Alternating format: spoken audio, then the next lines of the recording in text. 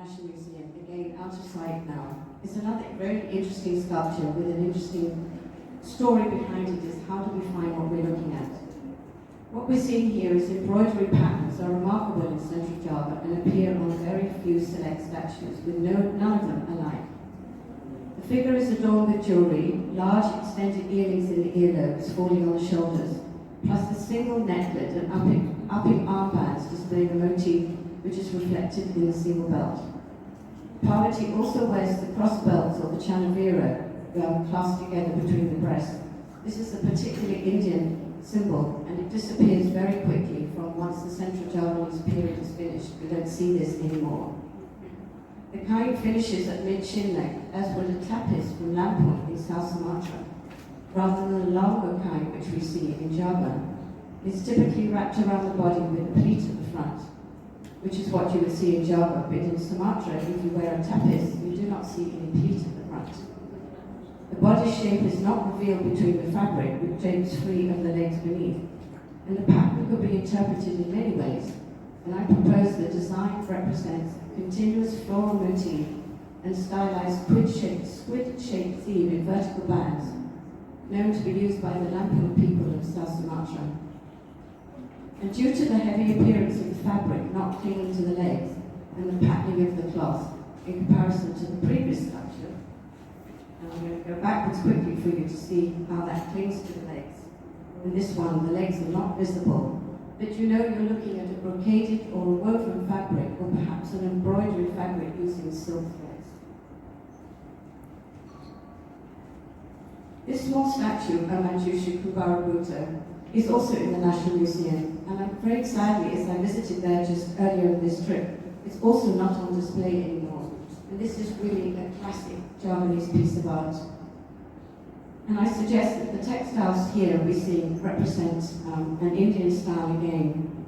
But the great scholar Anne Fontaine, who is now long deceased, suggested that this was made in India. But this sculpture would not have been made in India. There is no record of silver making in India at all, and it's much too large for that. So this would have been made in Java, probably by an Indian itinerant craftsman. So if you look at the sartorial style and the facial features of Manjushri, including the particular necklace, which is of Indian style, which is a protective ornament for a youthful figure, pointing to the Indian origin. But large statues like this are unknown in India, and so probably commissioned by a wealthy patron in Java and cast by an Indian craftsman. Now once again, if you look at the long section in front, it's clearly evident from the pleating that he's wearing a kind to the ankles. This indicates that the textile is not being worn now in the Indian style, but as a Javanese sarong folded over at the waist and held with a metal girdle, the pleats at the front indicating a folded cloth. The pattern of rosettes within bands is reflected in these examples from the Newbury collection of Indian cottons, where we have block printed and modern dyed textiles traded to Java and Sumatra, maybe the prototypes for this pattern. However, we know from the senior text that cottons like this were also being made in the Java at the time. So the circle around the hand is showing that he has a Visvajra, a cross-Vajra Buddhist symbol in the palm of his hand. And this is about the earliest example we see of Buddhist symbols coming through on the sculpture. Now this image of Chunda, none of you have seen either because it's stuck away in a museum somewhere, and I only got this image from a book. And because of the skill of my craftsman Yiran, she was able to take from this very fuzzy photograph that it has the most extraordinary textile pattern. So this is an image of Chunda or Mahapratisara with 12 arms. It's very crudely cast compared to the sophistication of the next statue. So how do you cast something like this and then carve it with such intricate detail? So the goddess wears simple jewelry and a supple pattern. This is replicating the next statue. So what we see here, the evidence of this pattern so early in Java highlights that the Javanese were making textiles probably in the ikat technique. The techniques of ikat and block printing textiles are known as early as the 6th century. The great scholar Erwin Teerter has suggested that the knowledge of ikat dates back to the Dogsong period, around the turn of the first millennium, as we see examples depicted in the rural caves at Ajanta. But once again, we turn the Xixia Empire in China, and this painting, Avalokiteshvara, where he's wearing a textile painted in horizontal bands, which will show that it's some form of ikat textile. This seated bronze statue of Avalokiteshvara represents another instance of an Indian aesthetic. Facial features, however, make this statue distinctly Javanese. And after many years of researching these statues, I've learned to look at the faces. And as students of art yourself in anthropology, when you look at a sculpture, you must learn to study the faces and the way patterns are carved to understand whether it may have originated from India or is it Javanese.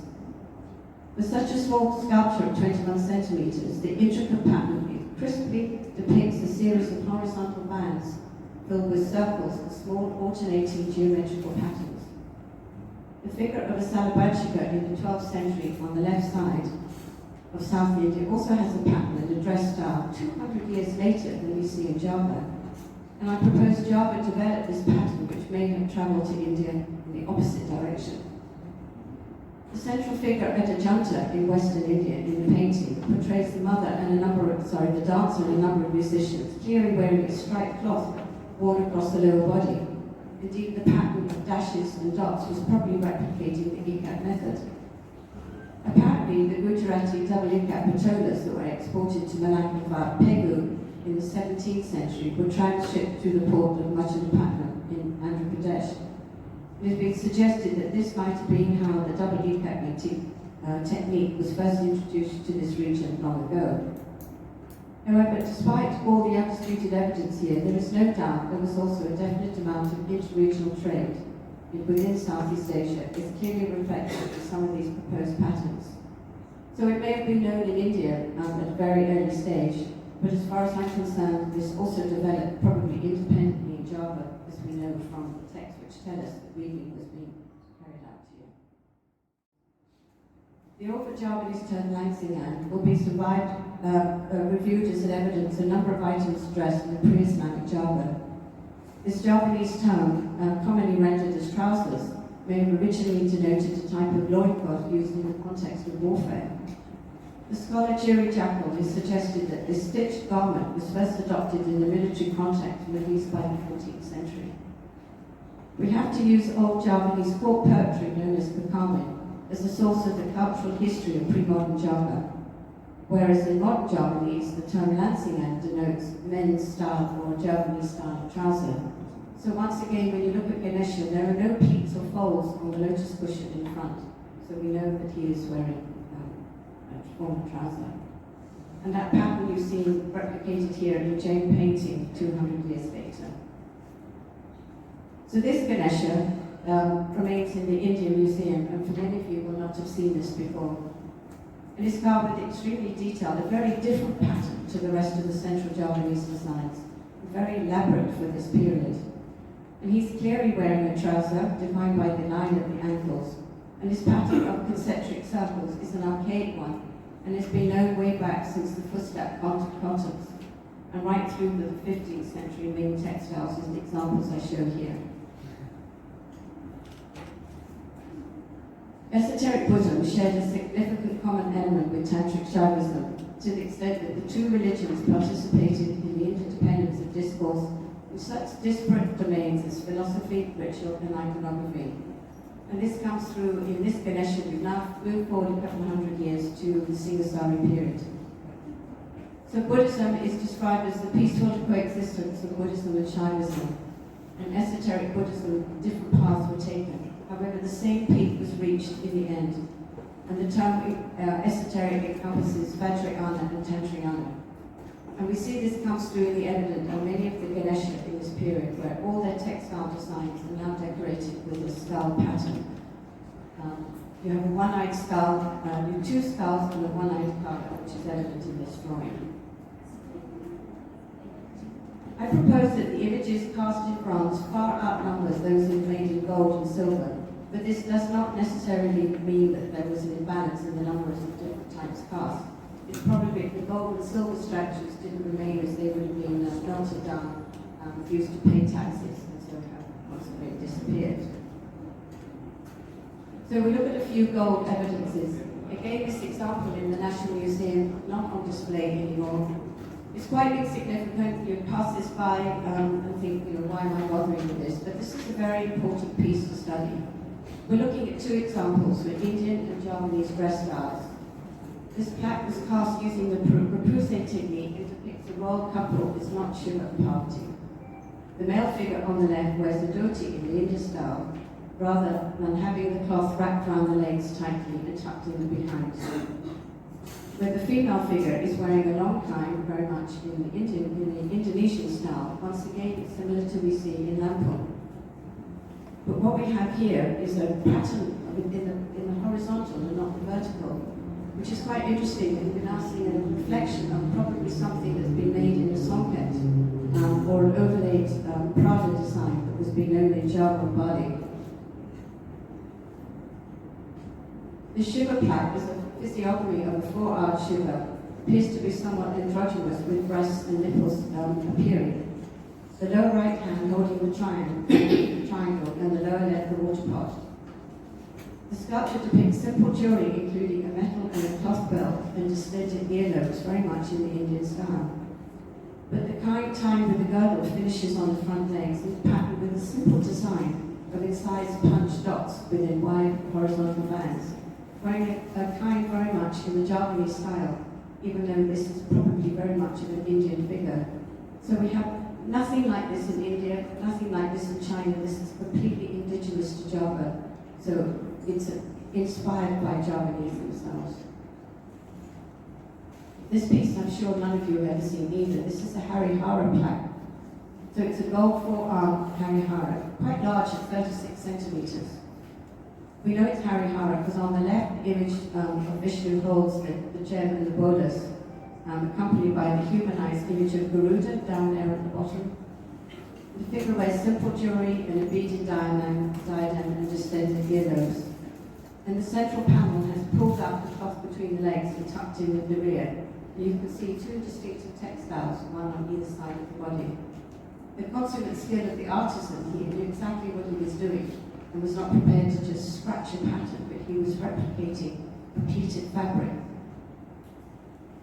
Therefore, in this instant, I advocate there was a certain similarity to here to plaques from a place called Tep in southern Thailand, which had a thriving commercial trading activity with Java. But unfortunately, all my study of Tep showed nothing like this existed. So even though there may have been some influences, this is very much of the Javanese style. This small gold Buddha of Mahavajrachana is crowned and dressed in royal attire. This is a beautiful statue of a very small size. He appears in deep meditation and seated on a lotus cushion. Now you might wonder why I bothered with him, because the textile design is very simplistic. But it appears that gold is obviously very difficult to carve compared to bronze. So you'll see very few of the gold statues are very detailed patterns. But even then, the craftsman decided to still create a design. And he's wearing a kind to the ankles. So this is a totally Javanese figure, the facial features are Javanese. There is nothing Indian in this statue at all. In fact, the Indians never made gold statues like this. So we now look at indigenous dress styles that are replicated in East Javanese statues. But we go to something completely different size. So this four-headed Brahma sits in the National Museum in Leiden. I've looked at the statue many times. It's quite damaged, but the bit that really matters to all of us, you see in the detailed photograph in the middle and the textile design. So I'm suggesting here that the rosettes are typical of flowers woven in the 19th, 20th century in the name of Panamang's Songket Imar. However, this pattern is not in fact Chinese, but its roots go back to Soviet traditions. This is earlier than straight Chinese, and closely resembles patterns found in Tang, China in the 8th century. And the great scholar Harold Woodward suggests that these are tantalizing evidence of the spread of such motifs. And the pattern appears in a very similar schematic layout on Indian cotton textiles, and generally dyed in blues and reds. By the way, in case anyone asks me the question, I think these sculptures were never painted, they were only ever carved.